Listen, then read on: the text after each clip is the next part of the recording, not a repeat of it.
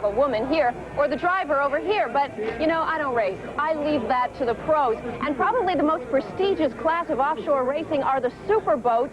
And since 1994, he has been the most dominant force in the sport. His name is Matt Alcone. Matt Alcone's need for speed introduced him to offshore racing, but his approach to the sport is what has taken him to the top in his class and has kept him there. Our goal was to go out and have fun, and that's always been our primary objective, and we've always decided that as long as we have fun, we're going to race, and when we don't have fun anymore, we're going to stop.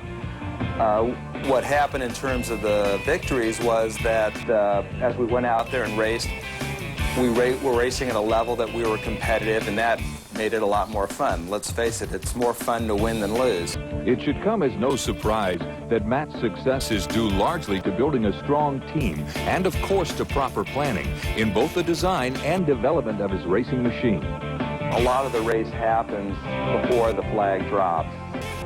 Who's your team going to be? Who's your engine builder going to be? Who's the hull builder going to be? How are you going to set your team up? We made a pretty easy decision very early on, which is let's just go for the best in each category. So we weren't second-guessing what they were doing and how they were putting it together. Then also, my throttle man is probably about one of the most accomplished boat designers there are in the world. And when he gave us direction, we didn't second-guess. We basically said, do what you think is right. And he proved himself out that what he says is right. Matt and I are, first and foremost, we're friends. And on a professional level, Matt is so methodical as far as my management of the team. He is involved in all aspects. I try to keep him involved so that when we're out on the race course, we have no secrets between what might be our strong points or weak points. We discuss it, we go with a game plan, and it seems to work. Not content with just setting speed racing records and winning the Superboat National Championship in 1994, Matt and his racing team set even higher sights for the 1995 racing season. Well, 95 was a year that kind of tests your resolve. We had flipped the boat in the last race of 94, which is an intimidating thing to remember all summer long. We went to a different boat. Going to a different boat means that we needed a whole new engine package. At the beginning of the year, we had to set our objective, and our objective was to win the World Championships in 95. What that means is that we had to spend a lot of the earlier races making mistakes and learning to see what would make the boat run. Our engine package was completely different. Nobody had ever built engines that way before. We were using different kinds of fuel mixtures, different kinds of heads, different kinds of materials in the engines. A couple of early races, engines blew up. Because we have engines that produce like 1,300 horsepower apiece, it's very difficult to keep that kind of equipment running for an hour or an hour and a half.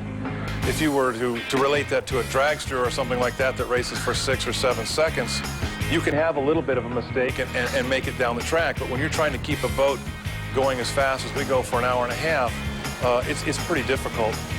Matt Alcone learned from his early losses. He reworked the new boat's design and developed a race strategy that helped him go on to eventually win both the national and world superboat championships for 1995. But he knows new challenges are still around the corner. We're more of a proven commodity now. People see the standard which we set for 95. And again, what makes offshore boat racing so interesting is that every year the speeds are greater and the technology gets outdated so quickly. My throttle man and I were just discussing that the average speed that it takes to win a race today is 20 miles an hour faster than just 2 years ago. So because of that, you're always reaching for that moving target.